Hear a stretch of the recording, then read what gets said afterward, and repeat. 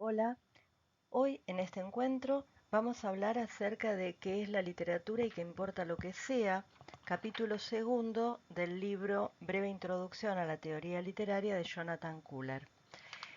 El propósito de esta actividad es repasar las preguntas del cuestionario que les envié oportunamente, que ustedes tengan breves esquemas de ese contenido y aportarles algunos ejemplos. Les pido que estén atentos. Si surgen dudas, si surgen inquietudes u otros ejemplos, no duden en hacérmelos llegar.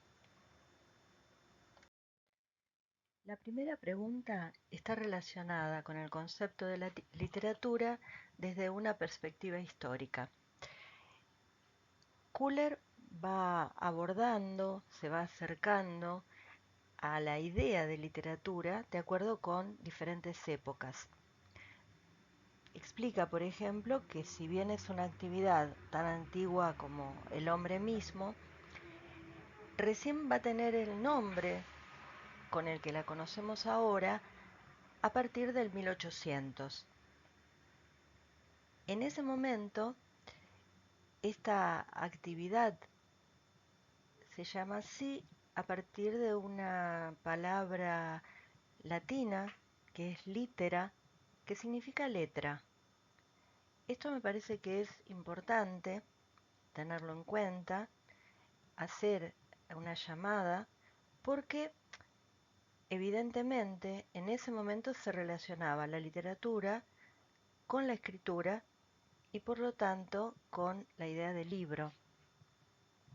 Vamos a volver sobre este concepto. Kuller dice que antes del 1800, literatura era todo lo que estaba escrito o todo lo relacionado con conocimientos eruditos. Por lo tanto, no era ningún tipo de contenido en particular, sino que bastaba esta técnica de la escritura para que se lo denominara como literario. Por eso, por ejemplo, se habla en la actualidad de literatura médica o literatura jurídica, en este sentido muy amplio de lo escrito. En otro momento, según Kuller, retoma la idea de que la literatura era un conjunto de ejemplos excelsos del uso posible del lenguaje. Entonces, acá aparece eh, varios conceptos entrelazados. Uno es el que tiene que ver con el modelo, la literatura tomada como modelo que debía ser alcanzado. Y este modelo contenía lo mejor del uso del lenguaje. Por eso debía tratar de eh, intentar el común, o sea, la gente común que leía, debía tratar de alcanzar ese modelo. Fíjense que esta idea de literatura estuvo presente, por ejemplo, en muchos manuales y en muchos libros de texto hasta más o menos la década del 50. La literatura pensada en este contexto de lo modélico. Otra posibilidad que presenta Kuller es justamente a partir del 1800, cuando aparece el libro de la literatura considerada en sus relaciones con las instituciones sociales de Madame de Staël, donde se habla de la literatura asociada con el escrito de imaginación. O sea que ya no vamos a hablar de cualquier escrito, sino de aquel que asocia la actividad de escritura con la imaginación, lo ficcional, con la creación de mundos.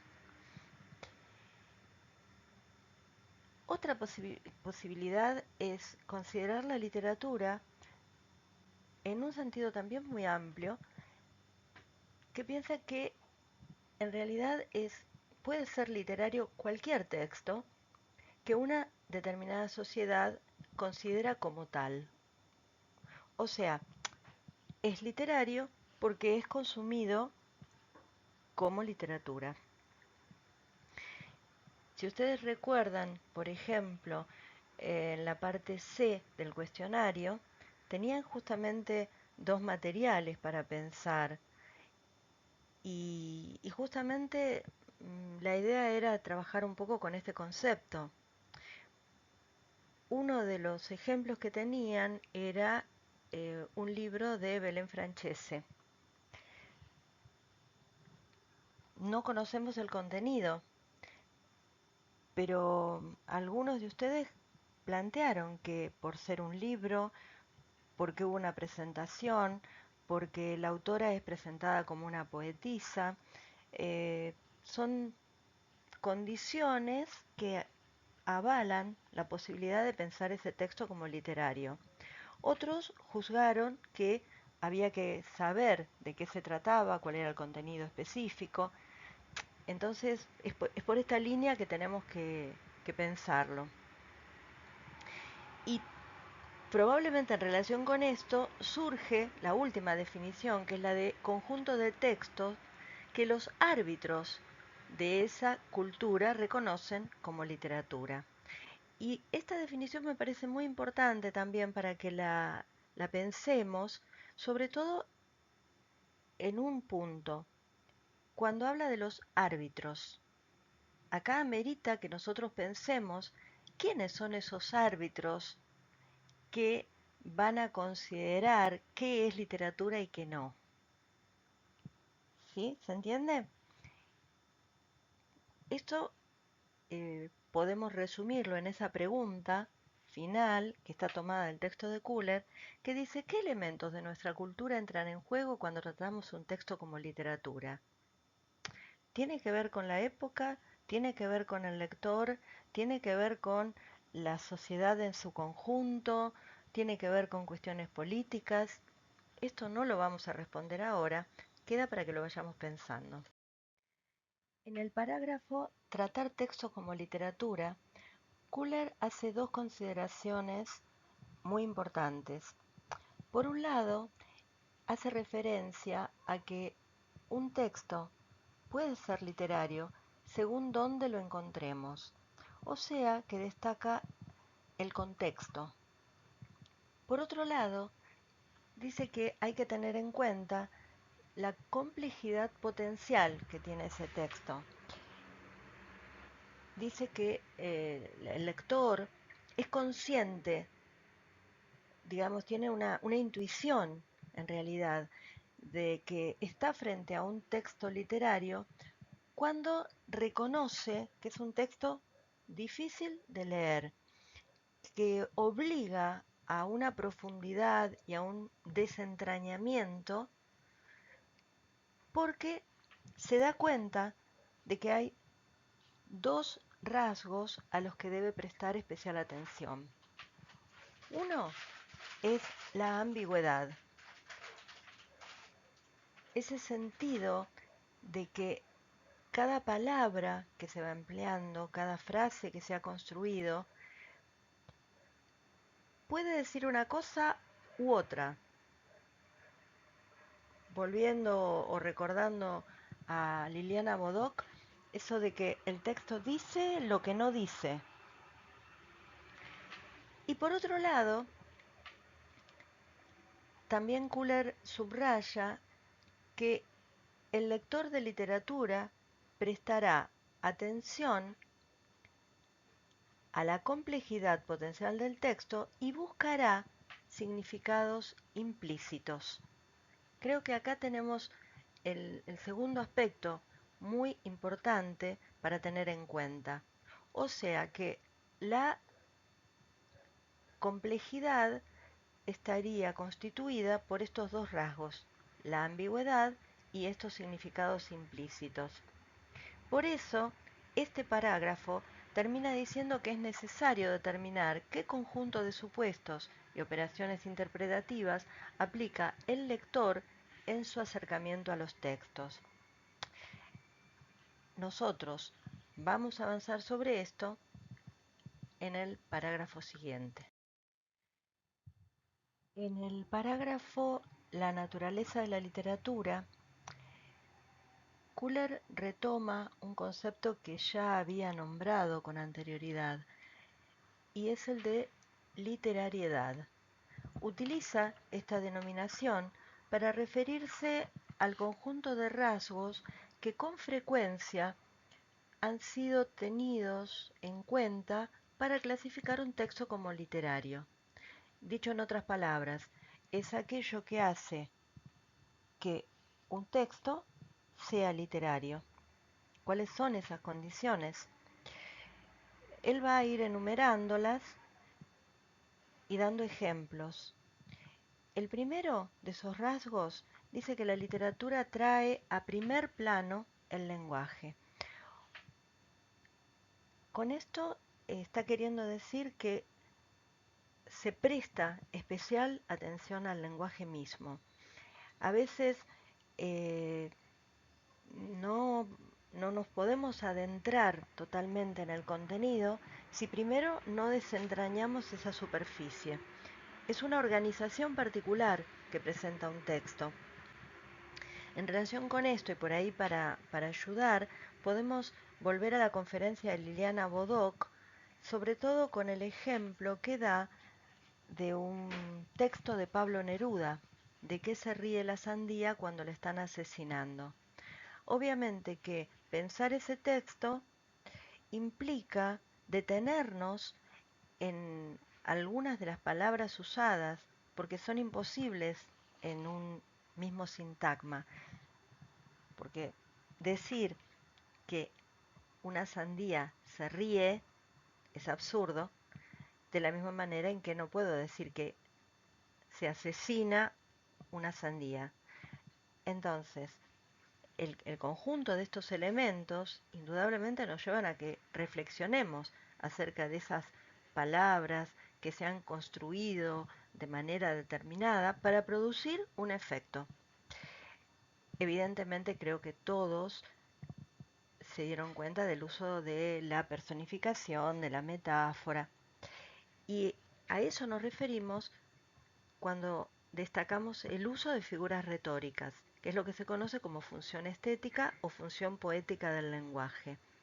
Este uso de determinadas construcciones para obtener un determinado fin. Esto se relaciona también con el rasgo que enumera a continuación, el que dice que la literatura integra el lenguaje. O sea que hay relaciones entre las diferentes estructuras de la lingüística, la forma, el sonido, el sentido, la manera en que se arma la frase, el tema al que queremos referirnos. Y en relación con esto podemos dar el ejemplo de la rima y también, tomado de la conferencia de Liliana Bodoc, podemos hablar de ese poema tan breve del poeta chino, donde hay una recurrencia de elementos y hay una ubicación de las palabras que van creando un clima muy particular. En relación con esto, sugiero que googleen el texto para tenerlo más presente, para poder recordarlo. El ítem siguiente está relacionado con la ficción. Acá vamos a establecer seguramente una discusión. Si estuviéramos cara a cara, creo que este sería un punto bastante complejo de resolver. Lo que Kuhler plantea es que hay una relación ficcional entre la literatura y el mundo y tenemos que pensarlo como una recreación. Para que se entienda, si nosotros pensamos que la historia trata de reproducir los acontecimientos del pasado, trata de presentar la sucesión de acontecimientos pasados con la mayor fidelidad posible, la literatura se puede permitir diferentes recorridos y podemos contar exactamente lo mismo, pero de maneras bastante diferentes, sin estar traicionando el acontecimiento en sí mismo, sino destacando la subjetividad de cada uno y explotando esta relación ficcional que se establece entre la realidad y este mundo de palabras. La obra literaria, por eso, podemos decir que es un suceso lingüístico, ¿sí? Es una microcosmos con reglas propias. Para Kuhler, las tres características que desarrollamos en relación con la literatura constituyen lo que se denomina función estética del lenguaje. La estética es la parte de la filosofía que se dedica a la teoría del arte y de la belleza. En este sentido, Kuhler retoma las ideas del filósofo Kant al referirse a los objetos estéticos como aquellos que tienen una finalidad sin finalidad. ¿Qué quiere decir esto? Que no tienen una finalidad ajena a sí mismos, sino que es intrínseca, está dentro de ellos. Si nosotros pensamos en algunos textos escritos, como por ejemplo un periódico o un manual de historia, de geografía, de química, podemos reconocerles una finalidad que es la de brindar información. Sin embargo, si nosotros pensamos en la finalidad de un texto literario, nos resulta muy difícil encontrar una finalidad que esté por fuera de esta idea del placer que provoca la producción del objeto en sí mismo y su consumo. Dicho en otras palabras, nos gusta escribir, nos gusta leer. En estos términos tenemos que pensar esta interrelación entre forma y contenido.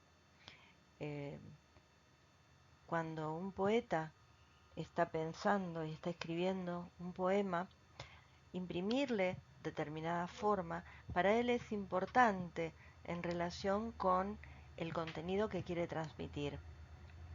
Y en ese sentido es que está pensando su producción desde la estética, desde esta postura de lo bello que puede provocar placer. Esto da para que discutamos muchísimo qué es lo bello, qué es lo que nos puede provocar placer, de qué manera muchas veces el displacer también nos agrada y de qué manera apreciamos lo bello. Pero no nos vamos a detener en todo eso en este momento. Vamos a avanzar con Kuhler y a la última característica que él menciona, en la cual dice que la literatura es una construcción intertextual o autorreflexiva. Se está refiriendo a un fenómeno muy moderno, que es el de la intertextualidad. Por definición, la intertextualidad es la copresencia de un texto en otro. Y lo que afirma Kuhler es que la literatura, en tanto suceso lingüístico, siempre está en relación con otros textos, siempre se inscribe en una tradición. Cada vez que nosotros leemos una obra literaria, a veces de manera muy consciente y a veces de manera mucho más profunda, más íntima, percibimos la presencia de otros textos. Por eso podemos decir que la obra literaria integra, repite, rebate o transforma obras anteriores. Esto lo podemos pensar en muchísimos casos, podemos dar muchísimos ejemplos. Si nosotros pensamos en uno de los libros de Cortázar, La vuelta al día en 80 mundos, muy original, pero indudablemente nos remite a Julio Verne, La vuelta al mundo en 80 días. Si nosotros pensamos en cuentos de Borges, por ejemplo, El fin, si no lo conocen, sugiero que lo lean para darse cuenta. En ese cuento decía, hay una clara relación con el Martín Fierro. Y así podríamos seguir pensando ejemplos en los cuales se puede reconocer esta relación que técnicamente denominamos intertextualidad. En ese sentido decimos que es autorreflexiva, porque es literatura nutriéndose de literatura, literatura pensándose a sí misma y sirviendo de material constructivo de nuevos textos. En el parágrafo Las funciones de la literatura, Kuhler destaca dos. Una es la función social, y él la piensa en el contexto de la Inglaterra del siglo XIX, donde la literatura tenía el valor de la instrucción. Servía de ejemplo para que las colonias conocieran el estilo de vida, las modas, las costumbres, y acá tenemos que aclarar las buenas costumbres que se desarrollaban en la metrópoli.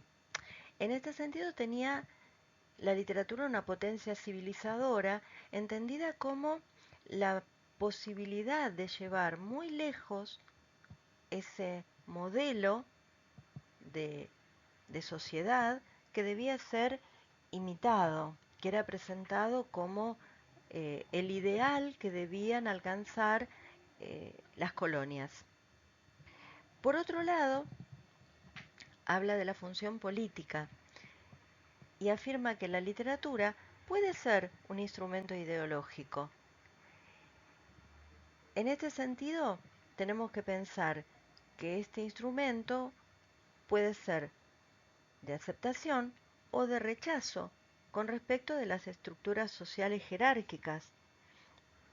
Por eso es que termina planteando que la literatura puede ser un elemento social peligroso, porque por un lado puede ser un instrumento puesto al servicio de la ideología hegemónica, con lo cual se naturalizarían algunas situaciones de unos sectores en perjuicio de otros. Por ejemplo, la esclavitud.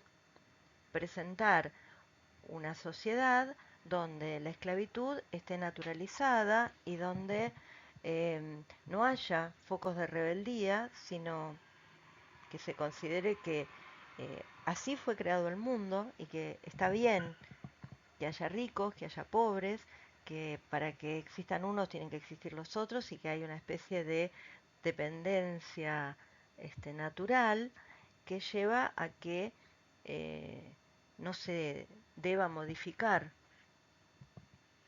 esa sociedad. Pero también existe la otra posibilidad, y es que la literatura sea un instrumento para desarmar esa ideología hegemónica. Tomando el ejemplo anterior, la esclavitud puede no ser vista de manera natural, sino pensada como una anomalía de la naturaleza, considerando que todas las personas tenemos dignidad y merecemos el mismo respeto, por lo tanto no hay ninguna ley natural que habilite a un grupo a dominar, someter, esclavizar a otro. Y en este sentido, la literatura puede servir para mostrar otras sociedades posibles, otras alternativas diferentes a esa realidad que vive de pronto una comunidad. Toma algunos ejemplos que tal vez no son un poco ajenos, como la cabaña de Tío Tom. Yo creo que podríamos considerar el ejemplo de Martín Fierro, donde se habla de la vida del gaucho en la Pampa Argentina en el siglo XIX y claramente está alertando sobre la penosa situación que vivía un sector y que hasta ese momento estaba totalmente eh, aceptado y estaba naturalizado, que era de esa manera, ese sector que era perseguido, explotado, al que no se le reconocían derechos. Y, y el Martín Fierro tiene una carga política que es claramente reconocible. Igualmente hago la salvedad de que hay que hacer una lectura más profunda, en contexto. Em, Estoy dando un ejemplo sencillo y creo que nos resulta familiar a todos, pero tengo mi opinión en relación con el Martín Fierro que, bueno, por ahí podemos debatir en otro momento. El último parágrafo se titula La paradoja de la literatura.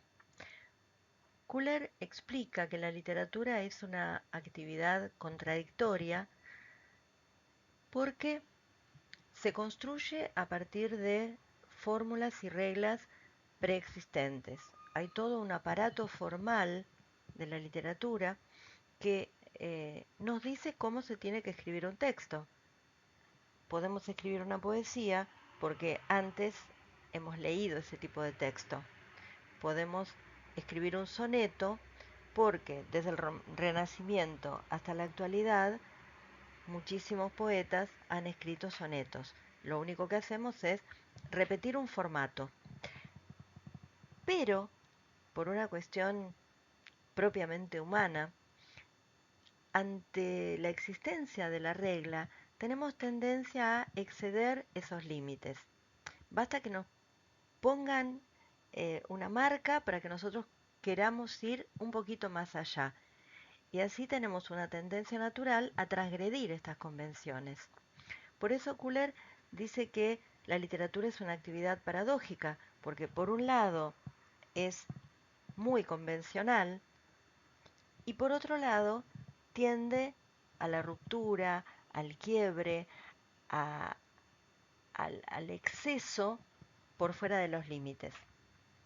Ejemplo de esto puede ser Rayuela de Julio Cortázar. Seguramente ustedes saben, si han leído el texto mucho más, que es una novela donde aparecen en forma sucesiva los capítulos, pero Cortázar se animó a hacer una propuesta diferente de lectura, salteando capítulos. Entonces hay un recorrido que se puede ir haciendo saltando de un capítulo a otro, de acuerdo con unas indicaciones que él mismo da, y que permiten leer la novela de otra manera. Esto es totalmente transgresor. De la misma manera, en la actualidad, que hay una tendencia a la hibridación, a la mezcla de los géneros. Entonces, por ahí tenemos